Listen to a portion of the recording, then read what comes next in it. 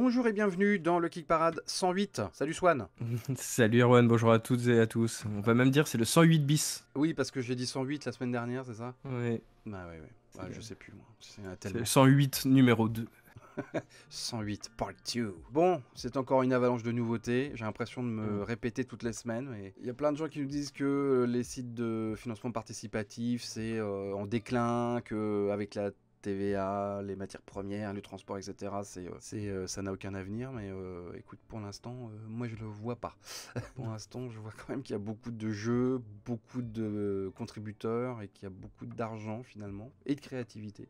Allez, on va commencer avec la 10e place. C'est une entrée et c'est une très grosse entrée. C'est la nouvelle extension, je ne sais même pas si on peut appeler ça une extension à ce niveau-là, de Explore It, donc ça s'appelle Fall of the Ancients. Alors, Explore It, ça date, il me semble, de 2017.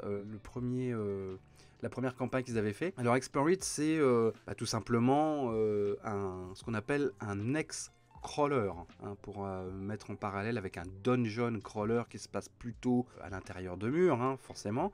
Un X-Crawler, c'est la même chose mais sur un monde ouvert. Donc cette fois, vous êtes totalement lâché dans des régions entières. Et donc maintenant, ça se fait un peu plus, hein, notamment avec Tented Grail par exemple, ou un autre qu'on va voir plus tard. Mais Explore It, je crois que ça a fait vraiment partie des premiers où ils ont eu l'ambition de vous faire balader dans des contrées, de vous lâcher vos personnages comme ça dans des contrées entières. Et donc là, je crois que il me semble que c'est le 5e, 4e ou 5e, je sais plus. Extension de ce jeu qui est énorme, hein. C'est un gros jeu et ça se matérialise sous forme d'un bouquin genre de 400 pages, un peu à la jeu de rôle, hein. On est à la croisée entre le jeu de plateau et le jeu de rôle. Là, cette fois, ça se passe dans une forêt, alors ça a l'air très joli. Donc vous avez une boîte de base avec les tokens, tout ça, il faut créer vos personnages et vous avez tout ce bouquin qui est une campagne en fait, exactement comme un Donjons et Dragons, hein, finalement, sauf que en plus vous avez tout ce système de tuiles que vous allez explorer avec des quêtes, des méchants, des missions, tout ce qu'on peut trouver dans un monde ouvert d'Heroic Fantasy. Et ça a l'air très compliqué. Très compliqué. Oui, ça a l'air d'être assez intense. Enfin, c'est vrai que en termes de mécanique, on retrouve quelque chose de très ancien. On est plus sur du Donjons et Dragons 3.5 que sur de la 5e édition, hein, clairement. Après, effectivement, donc c'est ce qu'on appelle communément un peu les jeux bac à sable, hein, avec ce gros plateau de jeu, plusieurs objectifs à remplir. Bon, le matériel est très beau, il y a vraiment énormément d'ambition dans la mise en contexte, etc. Moi, j'aime beaucoup l'ambiance forestière, justement. Sortir un petit peu Ouais, c'est cool. des couloirs de donjons, ça fait du bien parce que effectivement, comme tu le disais, il est un peu précurseur. On a vu des exemples qui sont venus un peu alimenter tout ça. Mais malgré tout, le Dungeon Crawler reste la norme. Et c'est vrai que ça fait du bien un peu de sortir un petit peu des caves et puis d'aller prendre l'air, hein. Bah ouais, tu peux aller ramasser des champignons. Exactement. Non, C'est mais exactement pour ça que je vais acheter le jeu, tiens. Ça, Allez. non, mais ça fait très envie, hein. C'est vrai que c'est très beau, et puis on a l'impression qu'on en a pour notre argent, c'est-à-dire qu'on va pouvoir y jouer pendant des années, parce que vu la taille de la campagne, et t'en as 4 autres avant, qui sont dans des milieux, on va dire, très différents. Il y a un truc un peu à la Ravenloft, tu sais, monde vampirique, gothique. Il y en a qui se passe dans un désert, d'ailleurs il y a un ver des sables qui ressemble beaucoup à Dune. Donc ça a l'air d'être vraiment très complet. D'ailleurs, si vous jouez à Explore It, n'hésitez pas à nous faire un retour dans les commentaires, parce que je crois qu'il n'y a jamais eu de traduction française de ça, et pour cause, hein, parce que c'est juste, ça coûte trop cher. Des gros bouquins comme ça de 400 pages à traduire, c'est même pas la peine, c'est inenvisageable pour un éditeur français. Enfin, en tout cas, vu la clientèle réduite, hein, pour ce jeu en France. Mais bon, moi, il y a quand même un truc, je me dis finalement, j'ai regardé un gameplay, hein, d'un mec en solo qui passait son temps à regarder dans le bouquin, à vérifier chaque petite règle et machin. Tu te dis, autant jouer à un jeu de rôle au final. Parce qu'un jeu de rôle, t'as le maître du jeu qui lui se prend la tête, mais les joueurs ils peuvent arriver les pieds sous la table une fois qu'ils ont leur perso, ils ont même à connaître quelques règles basiques et puis c'est tout. Je vois pas en quoi c'est moins compliqué qu'un jeu de rôle classique. Voilà, sauf que t'as pas le plaisir des drafts des cartes. Et encore dans les jeux de rôle modernes maintenant, ils apportent beaucoup d'éléments sur la table. Et puis tu peux passer par Roll20, qui est une plateforme internet de jeux de rôle où t'as beaucoup d'éléments, des cartes, des trucs. Après je comprends totalement le plaisir, comment dire, une espèce de plaisir coupable de complexité. Parce que moi, je suis un peu là-dedans aussi. Et très sincèrement, le jeu fait envie. Fait très envie, mais c'est très très lourd. Et alors, même quand tu as un bon niveau en anglais, c'est quand même assez crevant. Hein. Des grosses campagnes avec beaucoup de texte en anglais, c'est pas ce qu'il y a de plus confortable, quoi. Ouais, Donc puis voilà. c'est difficile en plus de réunir des joueurs, etc. Donc C'est on ça. est quand même sur une configuration qui est un peu particulière. Et surtout, là, en plus, c'est participé à une campagne où on a un peu l'impression d'arriver en cours de route. Oui, ils expliquent pas trop ce Mais qu'est le jeu. Je suis d'accord, ils sont un peu dans de l'évidence.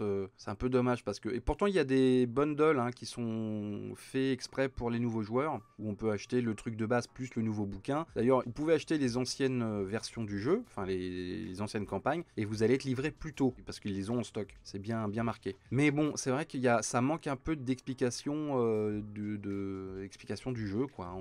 Ça exclut un petit peu les gens qui veulent s'y intéresser, mais qui disent mais c'est quoi en fait. J'imagine qu'il y a pas mal de vidéos sur YouTube qui expliquent, mais bon, parce que le jeu a quelques années. En tout cas, il en est à 256 000 euros et 2160 contributeurs. Donc c'était quand même assez attendu. Allez, on passe à la 9e place. Ce sont les tout derniers jours, hein, même le dernier week-end de Maladoom Dungeons of Enveron. Là, pour le coup, on est dans du dungeon crawler, même s'il y a un aspect entre les parties qui ouvre plus le jeu, puisque vous pouvez vous retrouver dans des tavernes, améliorer vos personnages. Il y a un côté aussi, un jeu de rôle, on en avait déjà beaucoup parlé. Il en est à 638 000 euros, 3787 contributeurs. C'est un succès, hein, c'est sans problème. Ils ont ajouté plein d'add-ons. Alors il y a des trucs super beaux, des nouveaux décors. Hein. Vous avez tout un décor d'égout notamment, avec des tuiles de rivière qui sont magnifiques. Il y a un autre add-on avec une autre boîte avec des monstres tentaculaires, des murs avec de la végétation dessus. Enfin, ils sont bien amusés, je pense, là-dessus. Il y a tout un tas de petits accessoires, des bouches d'égout, des échelles rouillées. C'est chouette, hein, franchement, des escaliers, enfin, moi, c'est très beau, quoi. Bon, de toute façon, ils avaient fait leur preuve avec Core Space, mais là, ils sont encore plus défoulés parce qu'il y a un côté patine hein, sur les décors qu'il n'y a pas forcément dans les décors de science-fiction. Donc, Maladoom, ça fait vraiment envie. D'ailleurs, vous êtes plusieurs à nous avoir dit en commentaire que vous aviez craqué. Ce que je comprends, hein, c'est chouette. En plus, il y a une VF d'assurer. Donc, ouais, bon. Voilà. Donc, il y aura d'autres campagnes sur Maladoom, certainement dans l'avenir, vu le succès. Mais en tout cas, oui, belle campagne. On regrettait le premier jour dire qu'elle était un petit peu austère. Au départ, on avait un peu du mal à voir de quoi il s'agissait. Mais c'est vrai que là, force est de constater qu'après, on arrive là sur le dernier week-end, comme tu le disais, et on a débloqué plein de trucs, quoi. Ça a été une campagne qui a été extrêmement vivante. En plus, ils ont bien distingué les stretch goals qui concernaient la boîte avec les personnages, les machins. Donc, vous avez débloqué ça. Et puis ensuite, ils ont fait une distinction avec tout ce qui allait concerner la boîte du matériel physique pour construire vos décors. Et donc, du coup, ce qui a rendu une lisibilité ultra claire sur la campagne. Voilà, si jamais vous preniez sans prendre les extensions avec le décor, et ben en fait, vous aviez juste à suivre la première partie de la page et puis vous avez toutes les infos qui vous intéressaient. Donc, non, ça a été une belle campagne à suivre. 8e position, c'est la dernière semaine de Sentinels of the Multiverse. 377 000 euros, 4493 contributeurs. Je suis pas sûr qu'ils aient eu besoin de faire une campagne aussi longue parce que ça fait une bonne semaine que la campagne est stagne en fait en termes de contributeurs. Ouais. C'est un énorme succès. Hein. On rappelle que c'est quand même un jeu de cartes de super-héros, tout un univers de super-héros qui a été inventé, qui s'est retrouvé dans pas mal de jeux. Hein. C'est une énième extension d'une gamme qui existe depuis plusieurs années. Bah, je pense qu'on va les revoir aussi. C'est pareil, les Sentinels of the Multiverse. J'espère dans une campagne un peu moins austère là, parce que pour le coup, je trouve que c'est l'exact opposé de ce que j'ai dit sur la campagne précédente. Enfin voilà, c'est la précommande, mais je suis un peu d'accord. Est-ce que ça valait le coup de mettre 3 semaines pour ça? Ça fait 3 semaines qu'on en parle. Il y a rien, il y a pas d'évolution de la campagne, même en termes de nombre de contributeurs. Ça, comme tu disais, ça a vachement progressé au début, mais finalement, ça a stagné un peu vite. Donc, bon, c'est le genre de campagne sur lequel assez vite, on n'a pas grand-chose à dire, quoi. Ça a permis à BakerKit d'être dans le top 10 de Kick Parade pendant 3 semaines, ce qui est pas souvent le cas. 7e position, alors c'est... Ah, t'as craqué pour celui-ci. Ah bah oui, sûrement, ouais. Doomlings Overlush qui a perdu une place, hein. Ils ont tous perdu des places, hein. Tout ce qui est 7e, 8e et 9e place, parce qu'il y a des nouveautés, des gros trucs. Bon bah voilà, Doomlings, encore 13 jours, Swan va farce le fader encore la semaine prochaine, ça me déprime d'avance. Ah, écoutez, on vous réserve plein de surprises sur cette campagne la semaine prochaine, mais je te propose qu'on passe au numéro suivant, et comme comme Ouais, ça, c'est on ça. vous retrouve, On mettra on un vous grand tease, coup pour les derniers jours de la campagne pour tout décortiquer, toutes les couleurs des évidemment. pluches, dans quelle usine en Chine c'est fait et tout ça quoi. Allez, on passe à la 6e place. Eh bien, c'est Unmatched qui a gagné 2 places cette semaine. Donc, c'est la version, on va dire, coopérative de Unmatched, donc la gamme Unmatched. Il en est à 318 000 euros, 6 257 contributeurs. Il reste une petite dizaine de jours, donc très beau succès pour cette proposition, cette nouvelle proposition de mécanique pour Unmatched, qui est d'habitude un jeu purement d'affrontement de 2 à 4 joueurs, qui est très efficace, qui a beaucoup de succès d'ailleurs. Il y a déjà beaucoup de boîtes de Unmatched. Moi j'aime beaucoup. Et là, il propose une version de tous contre des gros boss gérés par on va dire un système d'intelligence artificielle, avec toujours que 2 gros méchants, il me semble. Ouais, pour Ça le n'a pas moment, ouais, changé. ouais. Bah, il nous avait indiqué que de toute manière, il n'y aurait pas de stretch goal dans cette campagne, mais Bah, il ne se refusait pas voilà, de nous faire quelques surprises durant la campagne. Bah, on attend. voilà, on attend toujours les surprises. On attend toujours les surprises des campagnes. Bon, à savoir que en parallèle de ça, a été annoncé effectivement que de manière générale, la licence allait être adaptée en jeu vidéo, que Ouais, vous allez pouvoir avoir notamment sur Steam ou sur Nintendo Switch. c'est Est-ce que vrai, c'était c'est leur grand vraiment truc. Ouais. pertinent? Je sais pas trop. Mais Bon, bon, en tout pour les cas, duels, si. Pour le jeu de base, 1 contre 1, ça marche. oui, mais enfin bon, est-ce que tu as vraiment envie d'allumer ta console pour faire Enfin, je trouve que typiquement, là on est dans le cas inverse, je trouve que à passer sur le format console, on perd peut-être un petit peu tout l'attrait du jeu qui est un peu plus... Le côté physique, pour moi, Ah il est bah assez oui, intéressant. surtout que c'est quand même du Euh, deck building à la base. Alors, on passe à la 5e place et ce sont les tout derniers jours de Townsfolk Tussle avec ses figurines magnifiques de vieux cartoons années 30-40. 755 000 euros, 6 575 contributeurs. Bah, c'est un carton, c'est un carton, même mm. s'il perd 2 places cette semaine, mais bon, c'est un énorme succès qui reviendra encore une fois. En espérant que, parce que là, bon, il y a eu un petit peu, comme on le disait, la toute première semaine, on en a parlé, il y avait quand même eu quelques retours un petit peu mitigés sur le jeu par rapport à cette répétitivité. Donc là, ils ont ajouté, par le biais d'un add-on, en fait, des choses qui vont nous permettre un peu de gagner en fluidité sur le jeu. Mais est-ce que ces ajouts vont permettre un petit peu de réconcilier certains joueurs avec la gamme? Bah ça, l'avenir nous le dira. Mais je pense qu'effectivement, c'est une belle campagne. Il y a des gens qui ont l'air quand même plutôt convaincus. Mais si les défauts restent les mêmes après celle-ci, ça peut être aussi le genre de licence qui peuvent un petit peu disparaître dans l'oubli. C'est pas ce qu'on lui souhaite et j'espère vraiment qu'on reverra cette licence dans le futur. Moi je pense pas, parce que tu vois, le premier il avait quand même quelques années, et tu vois là ça cartonne, donc le jeu il est vraiment resté quoi. Vous pouvez le jouer sur Tabletop Simulator d'ailleurs ce jeu, et il y a une VF qui va être assurée par Lucky Dog Game. 4e place, c'est Let's Go to Japan. On en a beaucoup parlé la semaine dernière. C'est également un énorme carton, 390 000 euros, 6 630 contributeurs. Voilà, pour un jeu où tu voyages, tu organises ton voyage au Japon. On avait dit tout le bien qu'on en pensait la semaine dernière, parce que c'est vrai que ça a l'air très très chouette. C'est pas ultra Je cher. veux dire que c'est rigolo parce qu'ils ont fait débloquer, tu sais, des petits bols en céramique pour pouvoir mettre les jetons, voilà, qui seront livrés avec le jeu. Il y a C'est de vraiment très bon goût. Ouais, Toujours. une Non mais espèce c'est vrai, de... ouais. c'est très bien pensé quoi. Le matos c'est super bien pensé. Les illustrations sont très belles. C'est un appel au voyage. Bon, ce qui est un peu le Voilà, concept comme du jeu. les prix des billets d'avion ont triplé, Ah du bon? coup ils en profitent, ils disent bah voilà, à défaut de pouvoir y aller, vous C'est ça. pouvez imaginer que vous y allez. Et pas de VF pour l'instant, il me semble.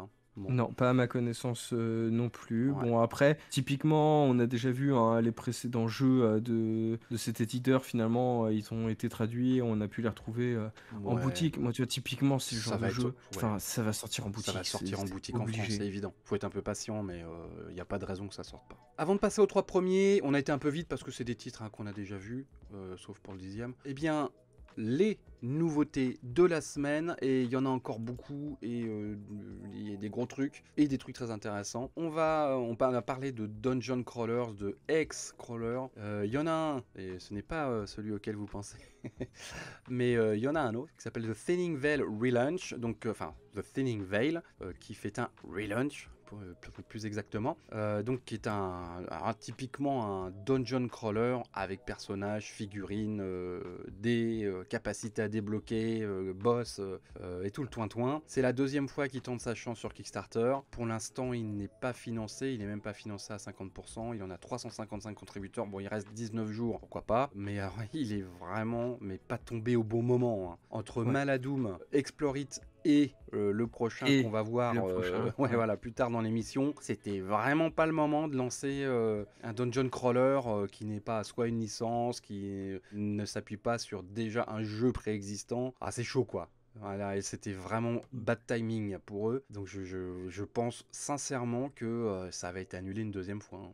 Hein. Sachant que la première fois, j'ai même envie de dire, ce qui est assez rare finalement, c'est même pas qu'il avait été annulé, c'est que le financement avait été non réussi. Oui, c'est-à-dire qu'ils étaient allés au bout du truc. Bon, ce qui veut dire que je pense qu'ils ont pensé probablement, enfin en tout cas je leur souhaite, leur modèle économique pour que de toute manière une fois le premier palier atteint, et ben en fait ils sont quand même en mesure de livrer le jeu. Ça reste quand même un sujet d'inquiétude malgré tout, surtout que j'ai un peu l'impression que hormis offrir un peu de contenu gratuit par rapport à l'ancienne campagne, ils sont pas vraiment retenus les critiques qui étaient faites vis-à-vis du jeu. Hein. Je me rappelle qu'à l'époque on reprochait beaucoup ce côté un peu désuet, un peu daté de la manière de gérer ses personnages, de gérer l'exploration, etc. On entend, je pense que ça doit être une licence, ça doit être un univers duquel ils sont super fiers, mais c'est vrai que comme ça, vu d'extérieur, ça réinvente pas vraiment l'eau chaude. Il serait mérité peut-être d'être réfléchi un peu plus en profondeur, peut-être proposer un peu moins de plastique et proposer une version, je sais pas, standees pour pouvoir faire un prix plus attractif. Parce que là, c'est pareil, hein, on commence avec un tarif de base à 135 €. Enfin voilà, à ce titre-là, vous rajoutez un petit peu et vous avez Explore It, quoi. Enfin, c'est... Donc je pense que ils se sont un peu plantés. Ils arrivent un peu après la bataille. C'est très difficile de se faire une place dans ce genre d'univers. Il y a beaucoup de choses déjà qui sont sortis et qui sont compillons sur rue maintenant. Hein. Donc ça va être difficile pour eux, je pense. Hein. Allez, on passe, on est toujours dans le médiéval, on va dire, mais pas fantastique, là pour le coup, c'est réaliste. C'est The Last Kingdom Board Game, donc il y a une adaptation d'une série sur Netflix que je ne connais absolument pas, je ne savais même pas que ça existait. Je n'en avais jamais entendu parler avant la sortie du jeu, jamais. Donc apparemment, dites-nous, hein, peut-être qu'il y a peut-être des fans dans les commentaires, c'est possible, vous allez nous recommander la série. Mais je pense que c'est une série purement britannique, hein. J'ai pas l'impression que ça soit américain, je pense que c'est vraiment une série britannique qui parle justement de l'unification de l'Angleterre qui avait été en partie envahie par les Vikings en 872. C'est marqué en gros The year is 872. Donc voilà, donc c'est un peu les fondations de l'Angleterre moderne où les Saxons et les Danois se fight. Et donc voilà, donc c'est un jeu de territoire évidemment, de prise de territoire avec des petits paravents pour cacher tes actions, des figurines et surtout tout un tas de cartes abominables. Oh non, je ne peux pas vous laisser dire ça. Oh non, vraiment, les photos comme ça. De la série, mais non, mais c'est pas possible. Ça fait plusieurs fois qu'on le dit, hein, mais non, on n'est plus en 1992, les mecs, quoi. On peut pas faire ça, quoi. C'est plus possible de faire ça, quoi. Ou alors tu retravailles les photos, quoi. Tu fais pas juste une capture d'écran. Tu fais un effet, tu rajoutes un filtre. Enfin, je veux dire, il y a plein de méthodologies. Ah non, c'est pas possible. Mais d'ailleurs, ça me surprend parce que autant tu dis, bon, voilà, des fois il y a des trucs, des petites sociétés qui font ça, qui disent, bon, voilà, on a les droits de la licence, on adapte, etc. Mais on fait pas tant du jeu de plateau que ça, donc tant pis. Mais là, c'est quand même édité par Gamelin Games, donc ça faisait très longtemps qu'ils nous avaient pas proposé un jeu hors la gamme Tiny Epic, tu vois. Et du coup, peut-être qu'il devrait revenir à du Tiny Epic, je ne sais pas.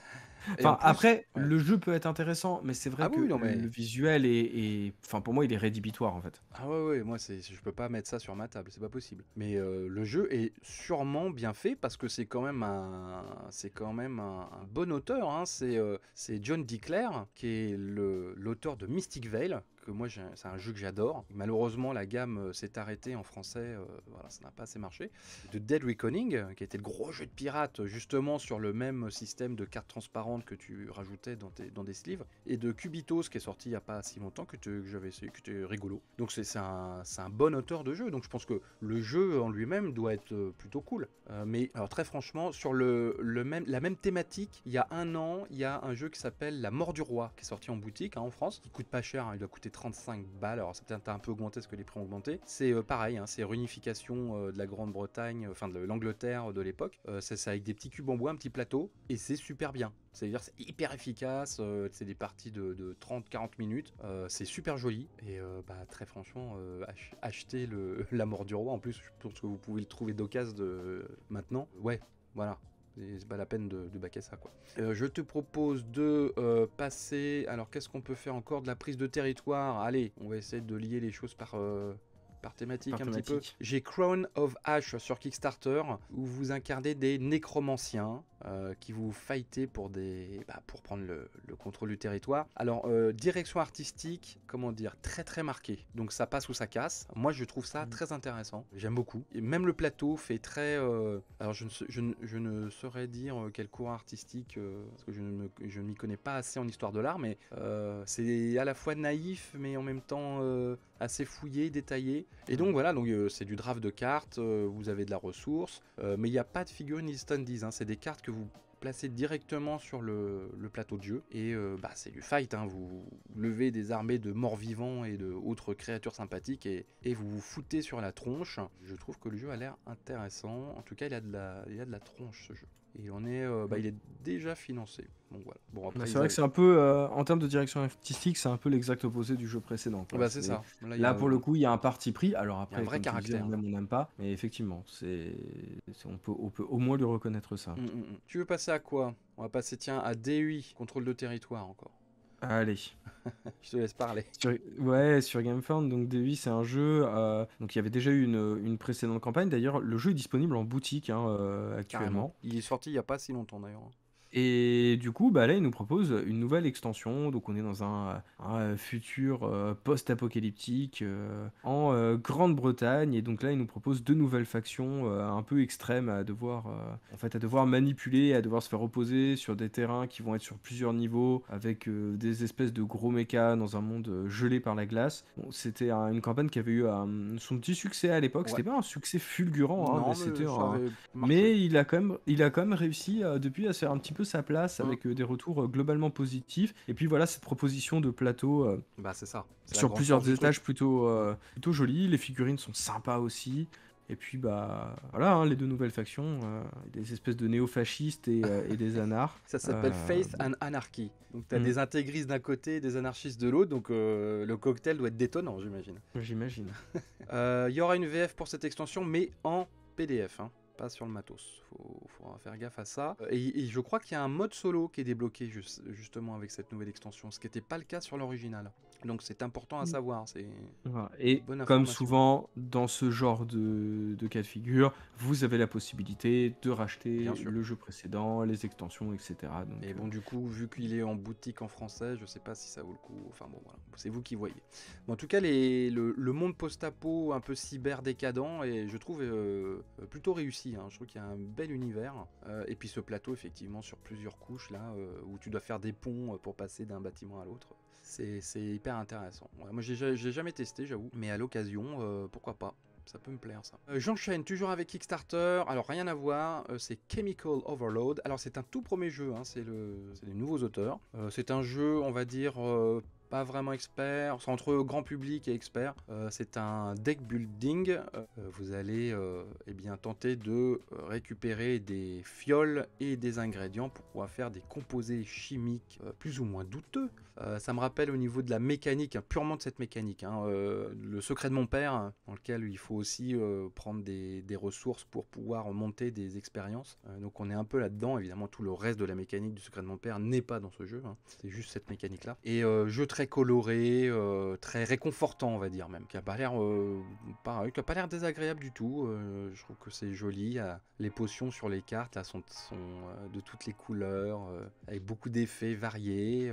Moi, je trouve trouve que c'est plutôt c'est agréable à regarder, quoi. Et voilà. Et c'est un premier jeu, donc il faut voir. Bon, pour l'instant, il n'est pas financé, hein, mais il est là pendant un petit mois, donc on va voir. Alors, très intéressant, sur GameFound, une nouveauté. Qui s'appelle Tirnanog. Donc petit jeu, hein, il en a 515 contributeurs, pardon, qui est pas mal, hein. Et le jeu a l'air ultra intéressant. Est-ce que tu veux bien nous expliquer le concept du truc? Donc oui, c'est un concept qui est plutôt original. L'idée, c'est qu'on va chacun avoir son petit lot de compteurs qu'on va devoir envoyer sur tout un terrain pour récupérer en fait des cartes au centre et pouvoir composer sa propre épopée. Donc c'est des cartes de couleurs avec un système de points qui est un petit peu différent. Et donc du coup, vous, via vos compteurs, vous les envoyez sur le terrain, vous les récupérez, vous formez votre espèce de fresque à côté de votre plateau de joueurs selon des conditions qui vous sont données par des cartes au départ. Et ensuite, vous avez la possibilité de moduler, de pouvoir transformer une carte en changeant sa couleur, en changeant sa valeur, etc. Et l'objectif, c'est de réussir à proposer l'histoire la plus, on va dire la plus palpitante possible, le conte le plus palpitant. En fait, tu crées des légendes. C'est c'est centré autour des légendes irlandaises. Et le but, c'est vous envoyer des gens avoir des expériences un peu surnaturelles sur les terrains ou de rapporter des histoires folkloriques de tous les coins d'Irlande. Et à la fin, il faut composer une grande saga mythologique. Et c'est ça qui va vous rapporter des points. C'est cool, hein. J'aime beaucoup le concept, hein. C'est chouette. Et puis la direction artistique est jolie. Alors on va dire sur les cartes de fresques, par contre sur les cartes qu'ils appellent les cartes de gear, enfin d'équipement, je trouve que c'est simple. Ça manque un petit peu. Bah, en fait, c'est dommage, on a l'impression que c'est un autre jeu en fait. Ouais. Il n'y a pas vraiment la même patte artistique et je trouve que ça aurait mérité d'être être un petit peu plus uniformisé. Pareil au niveau des jetons. Après, on sent que pour le coup, on est sur un jeu qui a un profil un petit peu modeste, donc on va pas complètement lui en tenir rigueur. En tout cas, effectivement, on a une proposition qui est quand même relativement rare et qui sort un petit peu des sentiers battus, surtout là, de ce qu'on a vu cette semaine, quoi. C'est un jeu qui clairement est singulier dans toute la sélection qu'on a pu avoir. Ouais, je trouve que l'idée est super belle, super poétique. Le jeu est pas très cher, hein, il est à 35 € à peu près. C'est pas très cher, pas de VF. Mais bon. Bon, et ben il est temps de revenir aux 3 premiers. Ouais, enfin on va dire aux 2 premiers, parce que bon, le troisième. Oui, le troisième, alors plus, Deep Dive. Voilà, troisième c'est Point City plus Deep Dive, 191 000, je donne les chiffres quand même, 191 000 €. Oh la vache, 6666 contributeurs là, sous les yeux. Ouh là là, hein. Sortez les crucifix. C'est clair, il reste là encore 14 jours, donc on va se le fader la semaine prochaine. Bah, c'est un énorme succès, hein, ces deux petits jeux, un city builder et un jeu de petits pingouins qui se baladent sur la banquise. Voilà, bon, voilà, c'est tout. Il n'y a rien à dire d'autre. Voilà, c'est de la précommande. On en a déjà parlé 2 fois. Qu'est-ce que vous voulez qu'on vous dise, mais ça cartonne. Bon. Alors, deuxième de Kick Parade cette semaine. Alors, est-ce que Battletech a été détrôné par le jeu événement qui est sorti cette semaine? Je suis sûr que la plupart des gens qui nous écoutent savent de quoi on parle. Eh bien, la réponse est non. Voilà, The Elder Scrolls Betrayal of the Second Era n'a pas réussi, pour l'instant, à détrôner Battletech. Ouais, et il en est très loin. On va pas se mentir, il en est très très loin. Il faut qu'il multiplie par 2 ses contributeurs, là. Même plus que 2. Bon, ce qui n'empêche que c'est un carton. Le jeu est sorti, là on enregistre, on est vendredi, hein, pour tout vous dire. Le jeu est sorti mercredi, il me semble. Donc 2 256 000 $ et 7 343 contributeurs. Et il est là pour 20 jours. C'est marrant, hein, on avait vu une contraction des campagnes, et là c'est le contraire. Ils recommencent à faire des campagnes très longues. Bon, je ne sais pas quelle en est la raison profonde, mais bon. Donc The Elder Scroll, c'est l'adaptation donc la fameuse saga de jeux vidéo, mais dans le système de Too Many Bones, donc c'est Chip Theory Games. Entre autres, ouais. Entre autres, oui, ça mélange plusieurs, tu as raison. C'est Chip Theory Games qui fait ça. Ça fait des mois qu'ils en font la pub. Et moi, c'était le jeu que j'attendais le plus cette année, hein, clairement. Voilà. Voilà. Et voilà. En fait, on va partir d'abord globalement le jeu. Le jeu, on est dans du pur Chip Theory Game, donc on retrouve un peu des mécaniques qu'on avait dans Too Many Bones, mais aussi de ce qu'il proposait dans Cloud Spire, avec une vision macro, micro, avec du combat sur du néoprène, avec des terrains qui vont s'agencer. Vous allez pouvoir vous balader, parce qu'en fait, il va y avoir des scénarios selon les régions, parce qu'on rappelle que vous êtes à Tamriel, donc qui est le continent, qui est composé de différents pays, et en fait, sur chacun des pays a lieu une campagne. Donc dans la boîte de base, il y en a plusieurs. plusieurs. Vous retrouvez notamment la Sainte Trinité, on va dire Morrowind, Skyrim et Cyrodiil, et d'autres lieux qu'on n'a pas encore eu ou qu'on n'a pas vu depuis très longtemps dans les jeux vidéo. Donc il y avait vraiment cette proposition-là, et cette proposition de mettre ça dans un contexte historique qui était précédent à tous les jeux. Voilà, on est dans la deuxième ère, et le premier Elder Scrolls commence avec l'aube de la troisième ère. Donc voilà, on est dans le passé. C'est une préquelle. On retrouve aussi des choses qui sont extrêmement propres à l'univers de The Elder Scrolls, donc les classes, les races, l'univers, mais aussi, on voit, il va y avoir les différentes factions, la guilde des voleurs, la guilde des guerriers, on a la main noire qui est la guilde des assassins, enfin voilà, on est vraiment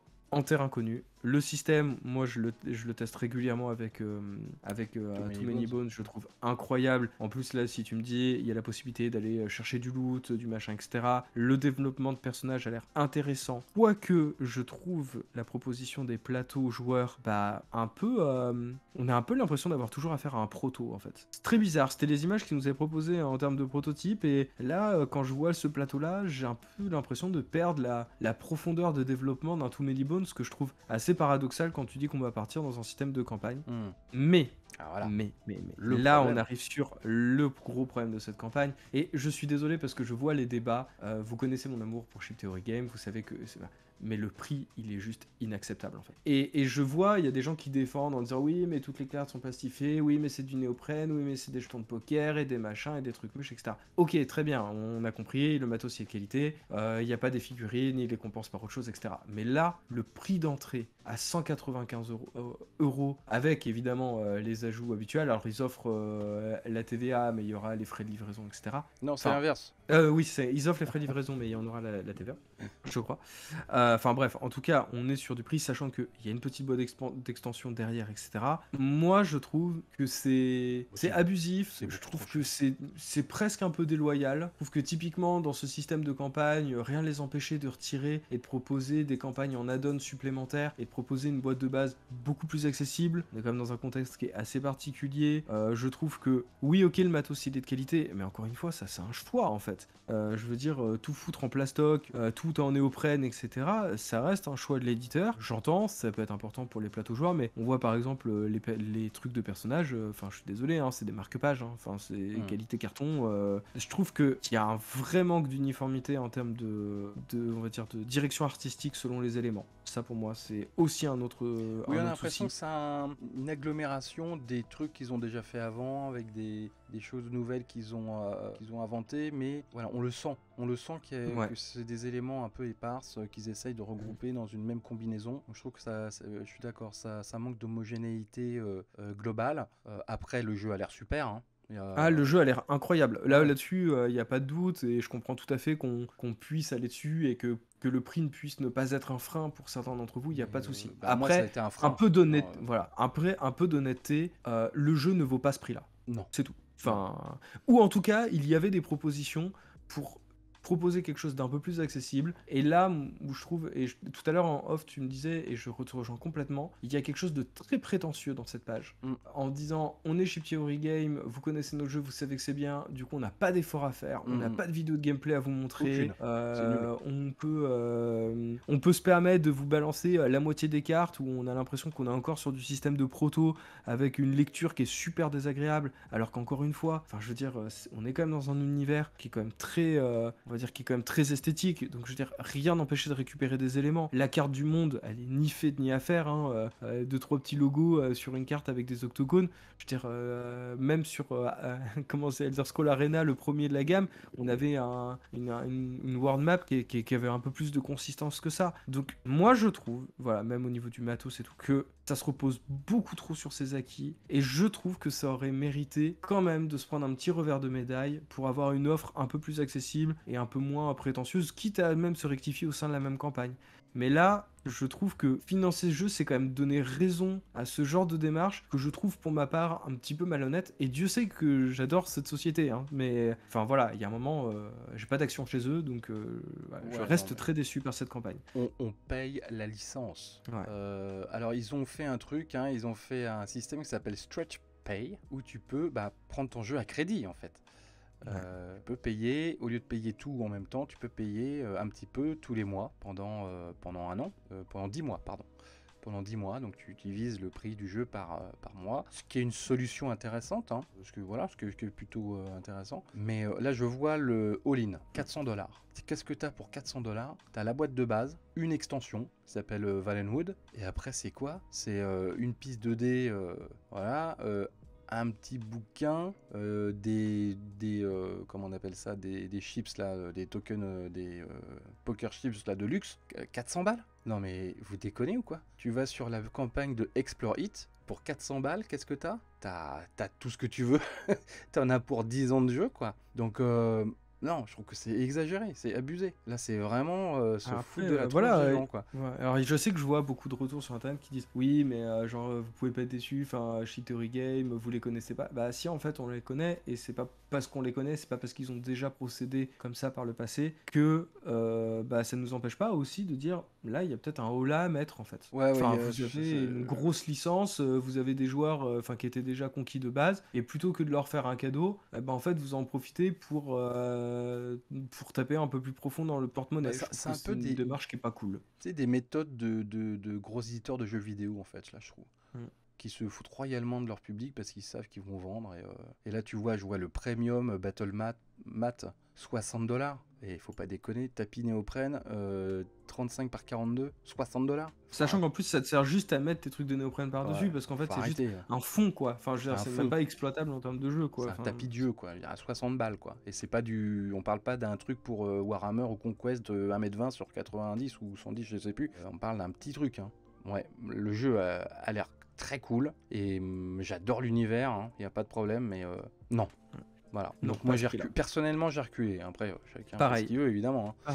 Moi ça fait. Non mais c'est un jeu que j'avais mis de l'argent de côté, pareil. Et en fait, je me suis dit celui-là je vais le prendre c'est sûr. J'ai vu le truc, je dis non il faut arrêter quoi. En tout cas il cartonne, hein, ça n'empêche pas. Mais on va voir hein, si la semaine prochaine il se met à stagner et tout ça, c'est peut-être parce qu'il y a un frein là-dessus. Hein. Là il y a les fans hardcore qui ont tout de suite baqué.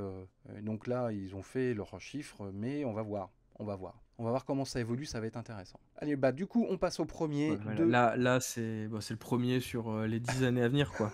Ça, Battletech Mercenaries, donc les nouvelles extensions du jeu de figurines de gros mecha Battletech, 4 320 000 €, 17 509 contributeurs et reste 20 jours. Les mecs, ils ont tellement pris de pognon que dans les stretch goals, maintenant, ils donnent carrément une boîte de figurines gratos. T'as vu ça? J'ai vu. T'as carrément une faction, les mecs, cadeau. Allez, emballer, c'est peser. Ce cadeau de la maison, ce cadeau du patron. Cadeau, c'est plaisir. Bah au moins eux, ils se foutent pas de la tronche des gens quoi. Non mais c'est incroyable. D'ailleurs il y a le petit stickers Kickstarter Project We Love qui est apparu. Je pense que même Kickstarter s'attendait pas à ça. Hein. Ils ont fait oh là là mais attendez, faut qu'on mette notre petit sticker là-dessus.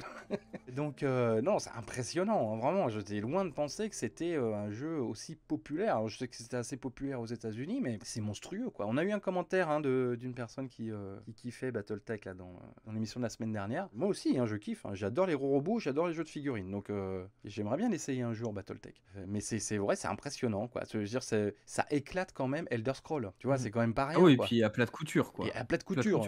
Il y a pas photo. Hein. Il y a 7000 pour Elder Scrolls, 17 000 pour celui-là. Hein. Et ça fait évidemment 10 jours qu'il y ait de plus que Elder Scrolls, mais c'était déjà le chiffre quasiment quelques jours après la sortie. Hein. Donc c'est incroyable, quoi. Ça va être une des plus grosses campagnes de cette année. Voilà, je pense. Hein. 17 000 contributeurs, ça va faire partie des 5 premières campagnes de l'année, c'est évident.